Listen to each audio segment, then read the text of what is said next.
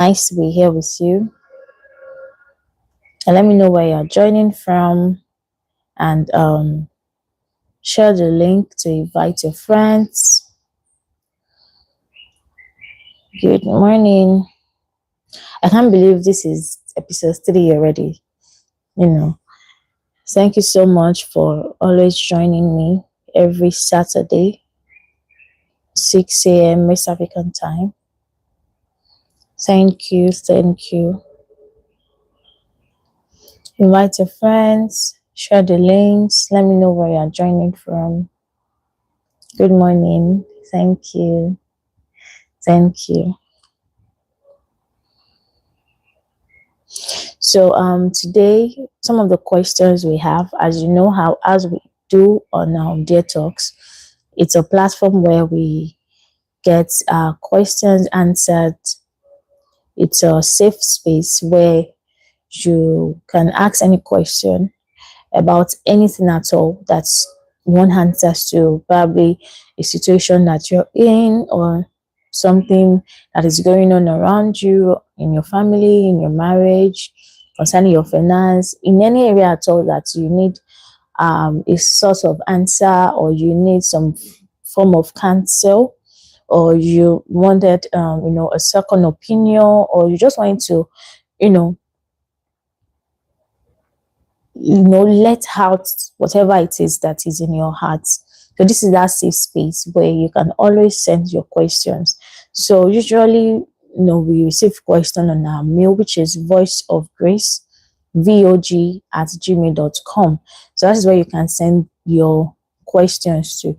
And I also so sometimes people just ask some kind of straightforward question like, okay, can you help me with this, and please, when you're sending me your question, as much as possible, try and give some context, some perspective, because obviously, I might not know the peculiarity of your situation. So you want to give context that will, help, probably cite an example of what you're trying to say, so that, I will be able to really understand your questions. So today, some of the questions you already have, we have, like I said, we are grouping all those questions into different categories to see how they can fit into a topic.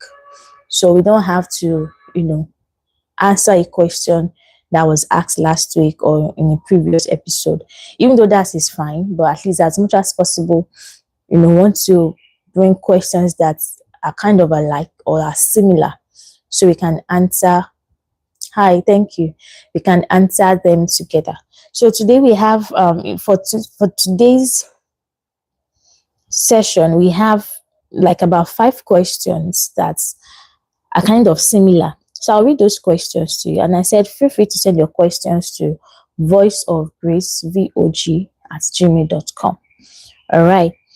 So the discussion for, let me say, today's session is about access to people, or the kind of access to give to people around us, or the kind of boundaries that we should have as individuals, or in different, kind of relationships that we find ourselves, be it in friendship, relationship, romantic relationship, or any form of relationship at all.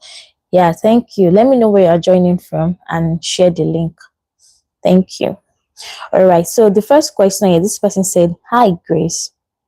I am starting to realize that some friendships in my life leave me emotionally exhausted, and I don't know if I am overreacting or finally become self-aware. I am always the person people call when they are struggling emotionally. I listen, advise, support, check up on people, encourage them, and genuinely try to be there for everybody. But lately, I have noticed that very few people actually show up for me the same way emotionally. Some friends only reach out when they need something, want advice, need comfort, or need access to my energy. But when I am the one struggling, suddenly everybody disappears or becomes unavailable. I have started pulling back recently because I feel emotionally drained constantly. But now I also feel guilty, like I'm becoming selfish or distant. How how do you know when someone genuinely value you versus when they simply enjoy access to your energy, availability, and emotional support?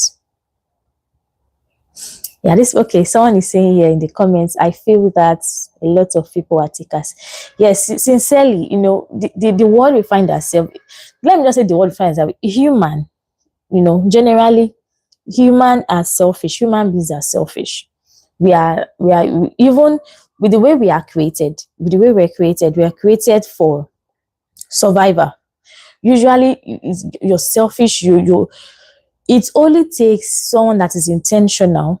So it takes someone that is um that has the fear of God, someone that is, you know, someone that a good person, a kind person that will really watch out for other people. Genuinely, I want to be sincere with you. Most people ordinarily are selfish. Every human being, any ordinary human being is selfish. It's only people that are kind, that are good, and has the fear of God, has the spirit of God inside them, that are not. So I want you to first understand that is how people are. That you need to tell yourself. So before you start judging yourself, is it that I'm giving too much? Just know. So for you to even feel this way, that means you are not like them. That is a pointer that you're not a selfish person. This is to tell you the kind of person that you are. Because sometimes we are just seeing what people are doing to us, and we lose, the kind of person that we are. You need to tell yourself, oh, I think I'm feeling this way because I'm kind. You need to first accept that you are a good person, right? And I'm not just saying that are bad people. And we also need to, another thing I need you to understand is that life are in stages. There are some lives, there are some stages in our life or some phases, of life that even you as an individual, there are some people that probably while you were growing up are no longer as close as they used to be. People that were so close, probably your best friends, probably in high school or in college, are no longer as close as they used to be. Does that mean you hate them? It's as simple as life happens. Life happens to everybody, and as different phases or different stages of our life, we kind of move on, not because we are bad people.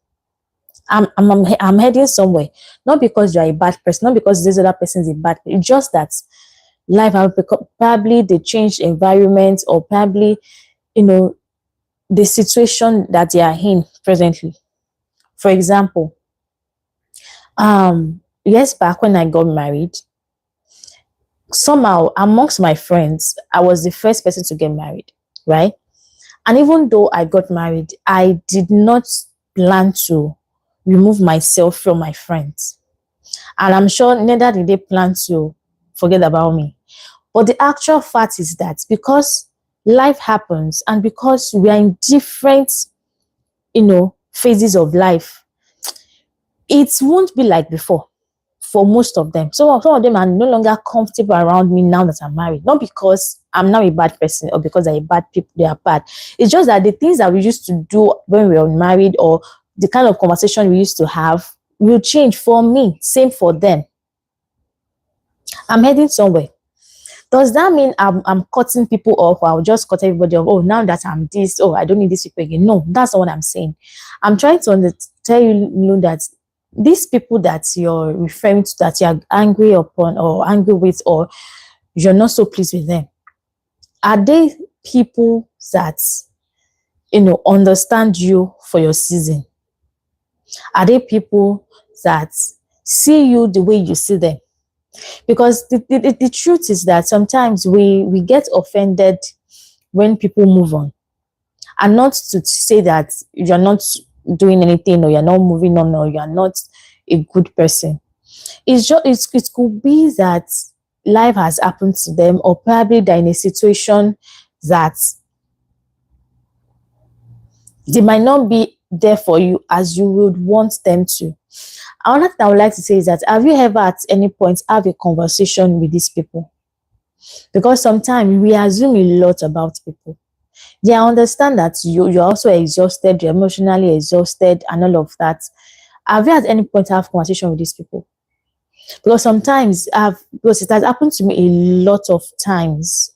I'm like you. Let me just let you know. I'm like you. I'm that kind of person that everybody, young, old, family members, friends, people that don't even really know me, church members, it's so much that, especially being a life coach and a counselor, you know what that means. Everybody's problem is your problem. And, sometimes it's kind of difficult to kind of, you know, still have people around you, especially only for few people in your life. So you need to decide for yourself, who are the people you need in your space? Because you're angry that these people are drainers. Accepted. This is the time that you really need to tell yourself, every relationship has to be symbiotic, for mutual respect, for acceptance, for security, and for everyone to thrive. If you want to thrive in any kind of relationship, be it in a friendship relationship, a romantic relationship, any relationship at all, it has to be symbiotic. You both has to, have, in a way, be contributing to the other person. Nobody should be a parasite feeding on the other person every time. Even though there are situations or there are times that I might be in my 100% right now, and you're in your 20%, I compliment you. There's a time that probably you are in 70, I'm in 30. There are probably sometimes we are in 50 and I'm also in 50. But if I'm always giving 100% in a relationship, and every time you're just giving 10%, 20%, or you're not even giving anything at all, or there's lack of commitment, then that kind of relationship is a parasitic one. If you're constantly, all the time, the one giving 100%, and this person is not even, they don't even bother, they are okay with their own 10%, then that is not the kind of relationship we should find. Because sometimes we hold on to people that we should not. These people that are talking about, they might probably be friends, people that you've been friends with probably for a very long period of time, and sometimes we find it difficult to detach from them. Sometimes what we owe people might not be what we think we owe them. I need you to understand that people see you different from sometimes the way you see them. The position you put people in your life might not be the position they put you in their life. So if in my own list you are A, and I'm on this person's list, I'm probably Q, do you think they will see me, or they will, they will respect me, or they will be there for me as much as I want to be there for them? No. Not because, I'm still saying, not because I'm a bad person, and not because they are bad, but because we all need, as individuals, to define the kind of people we want around us. You have the choice. I tell people that there are some choices that you did not have. For example, you did not have the choice of choosing if you want to be a male or a female. You did not decide that. You did not decide on your parents. You did not decide on where to be born. See, aside those three, every other thing, especially as you're growing up, is based on your decisions and your choices. I tell the teenagers that I coach that, don't see yourself as young people. We are too small. Every day we make choices, and you do the same. We make decisions every single day. And some of those very cogent decisions and choices that you need to make for yourself is the kind of people around you. Choose your friends wisely. Because the essence of having that kind of friendship, your own kind of people, someone you can rely on, people that can rely, it has to be both ways, mind you. Because the same way you also want someone you can rely on, they are also looking for someone they can rely on. That means you must both be reliable. But if I'm just looking for someone I can rely on, and this person is not relying on me, that means I will also be a parasite in the relationship. So as you're thinking, it has to be both sides. That means if I want someone I can rely on, that means what I'm looking for is a reliable friend. And I must also want to be reliable for this other person. And you also need to let people know your limits. That's one thing I want to point out. Let people know your limits. Because I've seen people say yes, yes, yes. Can you help me do this? Yes. Can you? Because the thing is that people will always come for people will take you for granted, not because they choose, but because you allowed them to. So sometimes it's okay to say no. I've seen someone that I find difficult to say no. People always asking, because the thing that people will always ask, and you will not blame them for asking. It is your fault for keep on saying yes when you know you are not in the right place to give such help. So when people come to you and you know you cannot, just say no or just explain. You don't need to be a bad person. Just explain, oh, I really love to do this, but I'm not in the best state to help you right now. Because I've seen someone that the family members, the friends, everybody around them, I think one of the session we had, was it last week or the 2 weeks before, about people always asking, I don't know if it's here or uncomfortable or unnecessary podcast. I'm not sure if it's there talks. This person was saying I think, yeah, it's here. That the person was saying that, everyone was always looking up to him or her, and everyone was demanding some kind of financial help. And this person is struggling with their career, with their work. But people kept on coming to them. Why? Because you will not tell them, you will not say no. You're trying to save your face at the expense of your mental health, at the expense of your well-being. Nobody should pull anybody down because you are trying to help them. Okay, let me just give you a logical expression. I'm trying to help you. Let's say you're down and you're asking help. Please, can you lift me up? I must be standing for me to be able to lift you up. If we are both on the floor and you want me to lift you up, I can't even help you. So what many people do is that you are both on the floor, you are both down, and you that you're down, you still want to lift it. How do you want to lift someone up? Because you're just like we are seated, just like as I'm seated on this chair right now, and someone is seated on this same chair, probably another chair, but on the same level. If I'm trying to pull you up, do you know I will need so much strength to pull you up because I'm not standing. Or even if I'm below you and you're probably, your child is higher than mine, it will be very difficult for me to pull you. So sometimes that is what we are doing. You have to be in the best state to be able to help someone. If you're not standing on your 2 feet, another thing that some people are standing on just 1 foot and they want to help another person.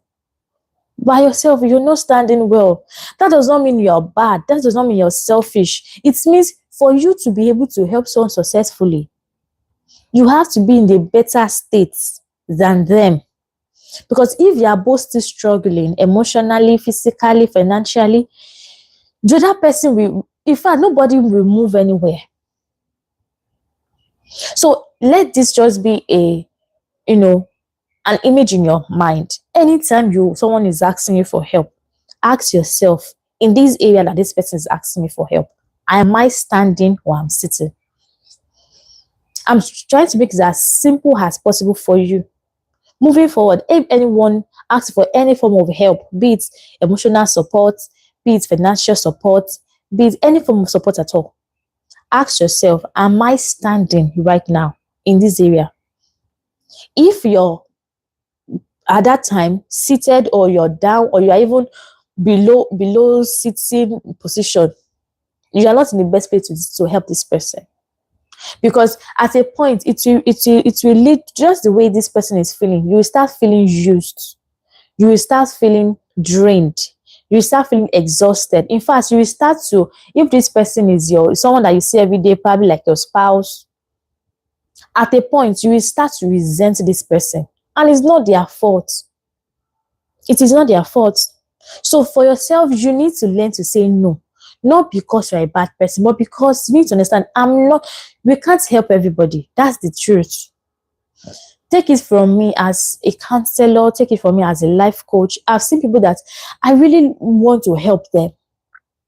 Take it from someone that I'm into, humanitarian services because I have an NGO. See, sometimes the truth is that you can't help everybody. And because even you, as human that you are limited. Sometimes you might have the resources, but you're not in the best state. Sometimes you might not have the resources, but you have the words. You need to understand the opposition per time, what you can pass with easily, so that you will not be a bitter person, you will not feel used, you will not feel exhausted, and you will not start to have some kind of, ill feeling concerning this person or any other person. So I really believe that can help. So you need to define your relationship, the kind of people you want in your space. Is left to you to make that choice. You have the choice to make that decision of the kind of people you want in your life. Ask yourself, is this relationship, is this symbiotic or is parasitic? Are we both helping each other, or I'm always on my 100% and this person is always on 10% and they are just always draining me? You have the right to choose. You have the right to make boundaries, to set boundaries, to tell yourself, this is my limit. Have conversation with people. Don't just say, okay, I've heard. Have conversation. Oh, I can't help you. Oh, I can help you. Okay, I can help you, but I can help you to this level. Be vocal. You need to, for every relationship to thrive, you need to be effective in communication. Because if not, people will assume a lot. They will assume because you allow them to. So another question says I struggle with boundaries badly, especially in relationships. Once I care about someone emotionally, I agree. I give them almost unlimited access to me, my time, my attention, my emotions, my availability, everything. And at first, it usually feels beautiful because I love deeply and naturally want people to feel loved around me. But over time, I noticed I start losing myself emotionally, trying to maintain the relationship. I become too available. I over explain myself. I tolerate disrespect longer than I should because I am scared of losing people. And eventually, I end up emotionally exhausted, resentful, and feeling taken for granted. What confuses me is that I genuinely don't know how to love people without overextending myself emotionally. How do you create healthy emotional boundaries without becoming cold, distant, or difficult to love? Can you see what I was just saying is what this person is already feeling? She's already feeling drained, exhausted, you know, um, resentful. But that's what will happen. You will start to resent this person or these people. So to answer our question or his question, somebody said I struggle with boundaries badly. Is because it's one thing for you to have a problem, the other thing for you to know your problem. This person actually knows the problem. The problem is that this person is finding it difficult to set boundaries. See, sometimes some things are not as difficult as you think they are. Set boundaries as simple as set boundaries. There is no formula to how to set boundaries. I've said it. It's learning to say no. It's learning to know your own limits. It's learning to know, just like that example I gave you, know where you are. Are you standing? Are you sitting? Or you are far below the normal level? What are you, in what phase are you presently? And be vocal. These are ways you can set boundaries. Be vocal about your situation, how you can help people, how far you can help them. Because if you don't, they will assume we say, oh, I'm always here for you, and this, is there some things we say and Even though we mean to be there for these people every time. But trust me, every time they need you, you might not always be in the best position to help them. You need to ask yourself, even though, I don't have all it takes to help this person, helping them, how will it make me feel? You need to ask yourself that question. Because sometimes you end up helping people and you're almost looking like the one that needed the help. Right? The only person that can die for anybody is Jesus, and he has done it already. You should not die for anyone. In fact, the highest level of covenant is the covenant of life. So your life is so important, so important to God. The same way their whole life is important to you, you are also important. So if you don't carry yourself as someone that value him or herself, people will also take you for granted. So for this person, like I said, learn to say no, know when to say no, know your limits, try to gauge yourself to know the phase, in each phases of, the different stages, to know where you are at a point. Are you in the best position to help this person? Sometimes it's okay to refer people to other people. Sometimes I'm too overwhelmed to probably take in more people for coaching or to take some kind of job. I don't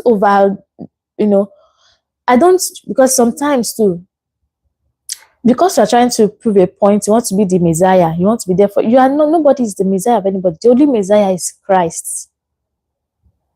I tell people, oh, you can talk to this person. Oh, I wish I can help you, but right now I'm not in the best frame to help you, but I know someone that can help you. Do you mind me sharing this contact with you? Oh, can you meet this person? I think this person can help you.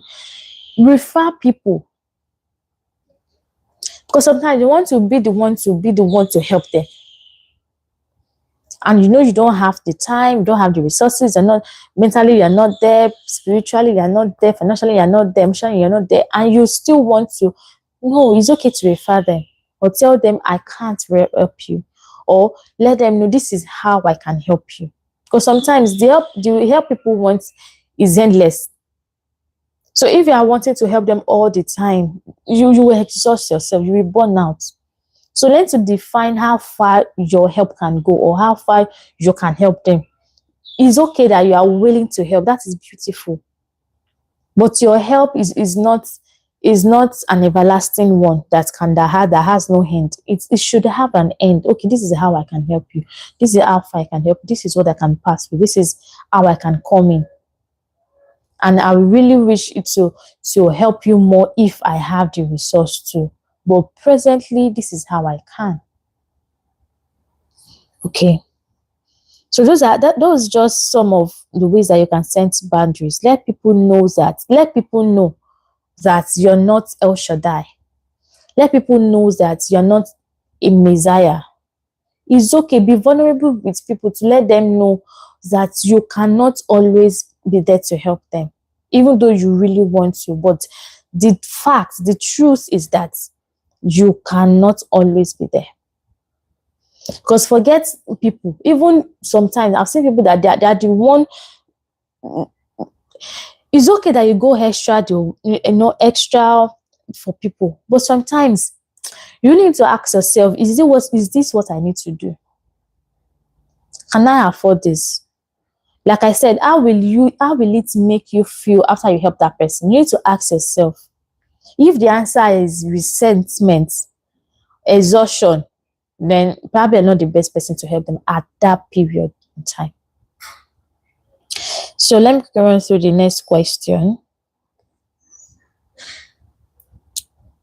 Okay, this one says, I have been struggling emotionally with a family expectation lately. In my family, there is this unspoken expectation that because you're doing relatively okay, or because you're emotionally strong, everybody should automatically have unlimited access to you, your time, your money, your emotional energy, your availability.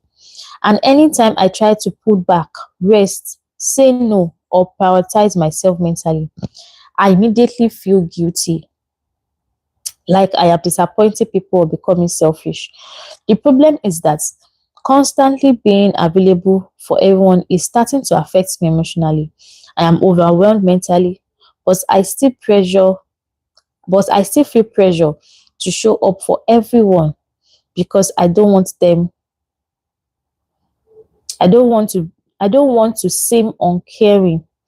I am beginning to realize that people can love you and still unintentionally drain you emotionally when there are no boundaries. How do you protect your space without constantly feeling guilty for choosing yourself sometimes? Don't feel guilty. Like if I think I've answered this. Because the thing is that people will keep on having expectation will not change. I think it was yesterday I was having a conversation with someone, the way society is, it makes some people at some level or in a particular stage of their life have, there's this unspoken expectation from society, from friends, from social media world, from people that don't even know you, and everybody think, their own expectation of you should be met. You don't owe anybody any explanation. Remember this letter. I'm speaking to you from from my heart, because take it from someone that has been there. Take it for someone that talks to people every single day. Take it for someone that, see, it never ends well. It never ends well. For example, now you're a young person. People expect you to pass. You're in college. They expect you to pass your college exams. They expect you to be to have straight A's. Now you're probably looking for a job. They're expecting you to be working in the biggest company whatsoever. Not They don't even mind your passion or whatever skill you have. People expect you to do well in life, right? And that expectation is not a bad one. But the truth is that, do we always have that? Do we always meet up that expectation? No. You're a young person. People are expecting you at a certain level in your life or a certain stage of your life, you should get married, right? That's an expectation. In fact, they even have an expectation of how your marriage or how your wedding should look like. That's an expectation. They expect some kind of, they expect your spouse to look in certain way to match or to tick their own kind of expectation of who your spouse should be. These are people that probably don't know you. They're social media people. They're not your friends. To let you know that even people that are outsiders have expectation of you or from you. When you get married, people are expecting that in a year time you have a baby. After having your first child, they are expecting that in a couple of years they should have another one. So the thing is that endlessly people will have on endless expectation of us in different level, in different stages. And this is the same you, they're expecting you to be a good husband, a good father, a good business person. Your career should be excellent. Your this should be fine. These are expectations from people. Some are genuine. Some are just societal expectation or pressures. Some are just not necessary, even though they are other people's expectations of you. So you need to decide for yourself, what do you want? Because if you always want to be that person that is always meeting a criteria, always meeting some kind of expectation of some people, you will end up being drained. You will end up feeling used. You will end up being resentful. You cannot meet all expectations.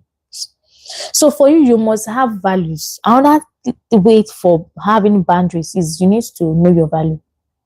Some of you don't have values. And it's not like, I value peace, I value joy. No, value it has to be well detailed. I value my peace. If someone is stopping me or asking me, for a help that is below my line, is higher than my limits, or is below what I can, is more than what I can help, or how I can help them, I say no. You must have some life principles that guide you as an individual. You must have it has to be clear, and it has to be constant. That's another thing. It has to be constant. You can't say for the same issue, say yes today and tomorrow you're saying no.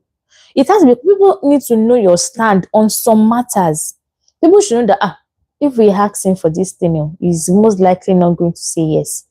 People should have an expectation of, what you will say. Not that, of course, you will say yes. And this is what you do over time. That people will know your stand. You need to have a stand.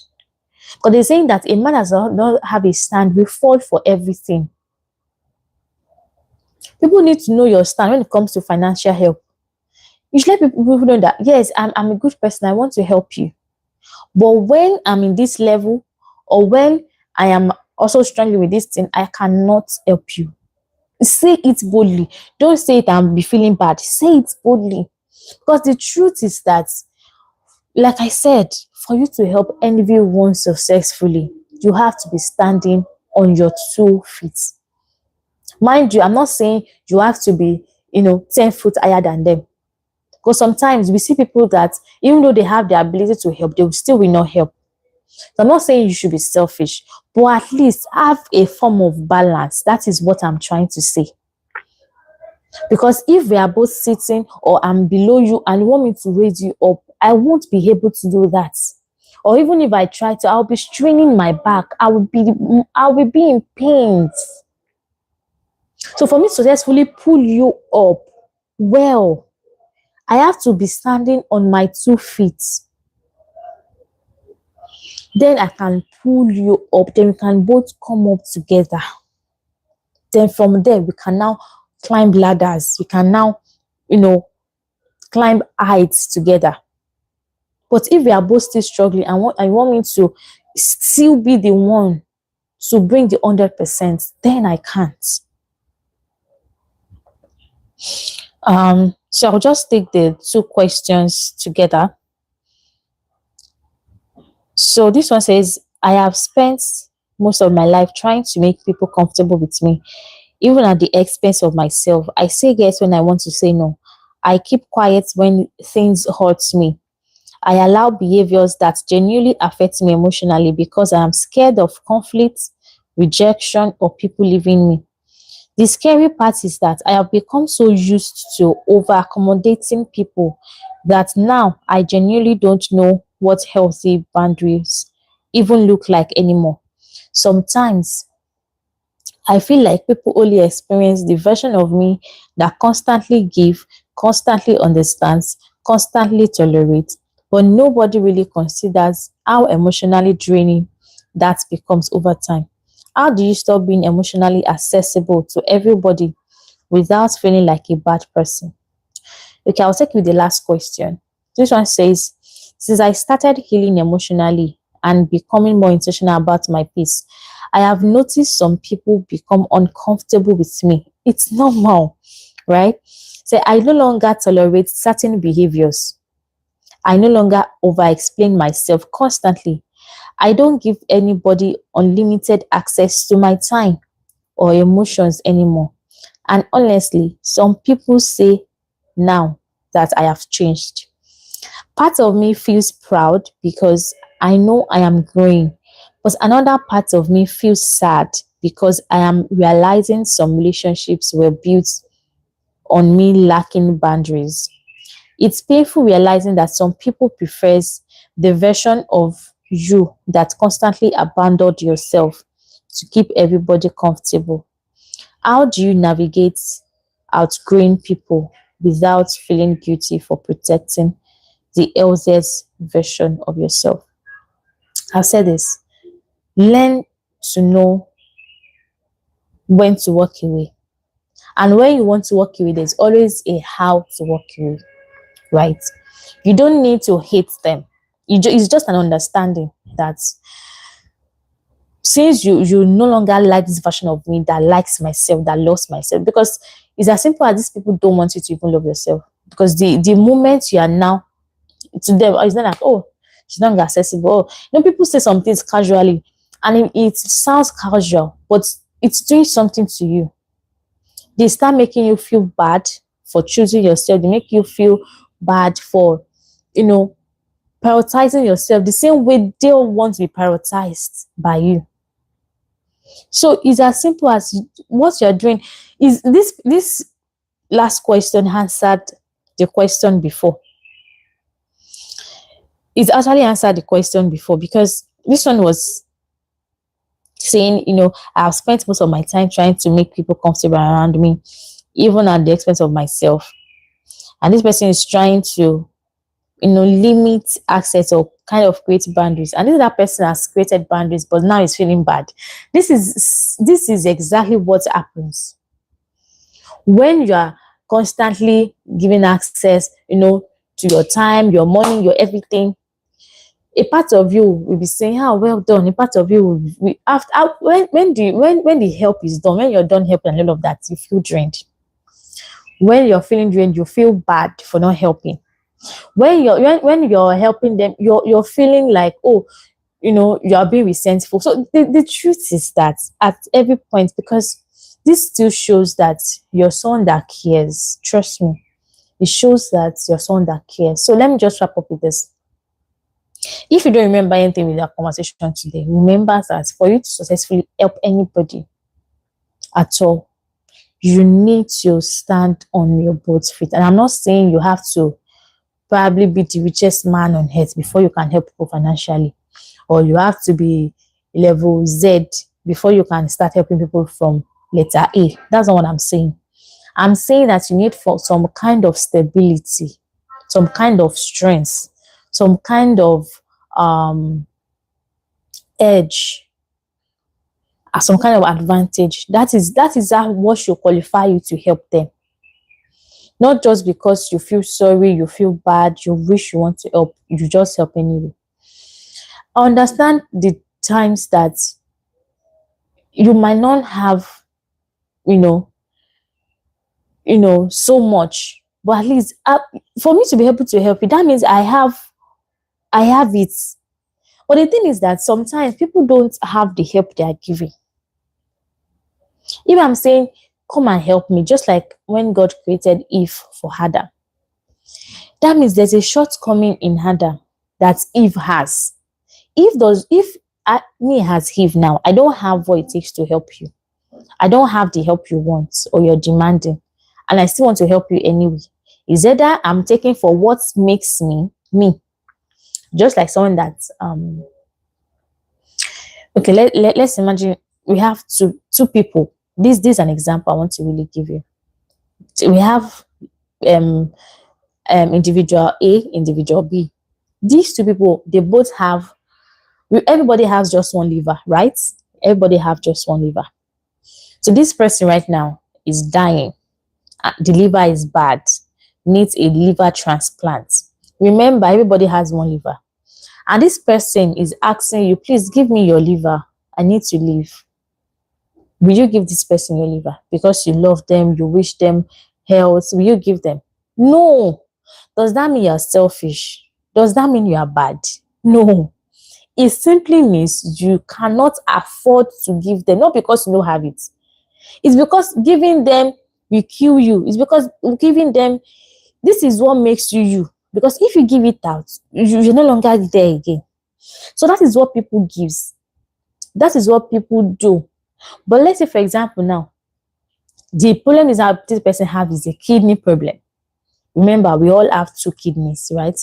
And this person, both kidneys are bad. I can still give you one because I know I can still live. That is if both of my kidneys are okay. I can give you one and we both live, right? So that is actually a place at least to start when you're helping people. But if what I'm giving you is all I have, is what makes me me, and giving you will probably kill me, will probably drain me, will probably hurt me, will probably make me feel used, I will not give you. Not because I'm bad, but because I also need to live for tomorrow. So that when, sometimes you just need to get more muscle. Sometimes you're not even the best place to help anybody. Work on yourself first. You need some kind of stability, some kind of muscle, some kind of edge, some kind of advantage before you can help some people. And that is fine. I really hope that from today's conversation, we stop feeling guilty when we choose ourselves, when we have boundaries, when we say no to people, not because we hate them, but because at that point, probably what they're asking of us, all that we have is just one liver. We can't give it out. I don't want you to always remember this scenario I just painted to you. If you have one liver and someone needs a liver transplant, no matter how you love them, you cannot give them, because your liver that you have just one. Giving them will make you the dead person. So even if you're crying with them, the best you can do with them is give them support.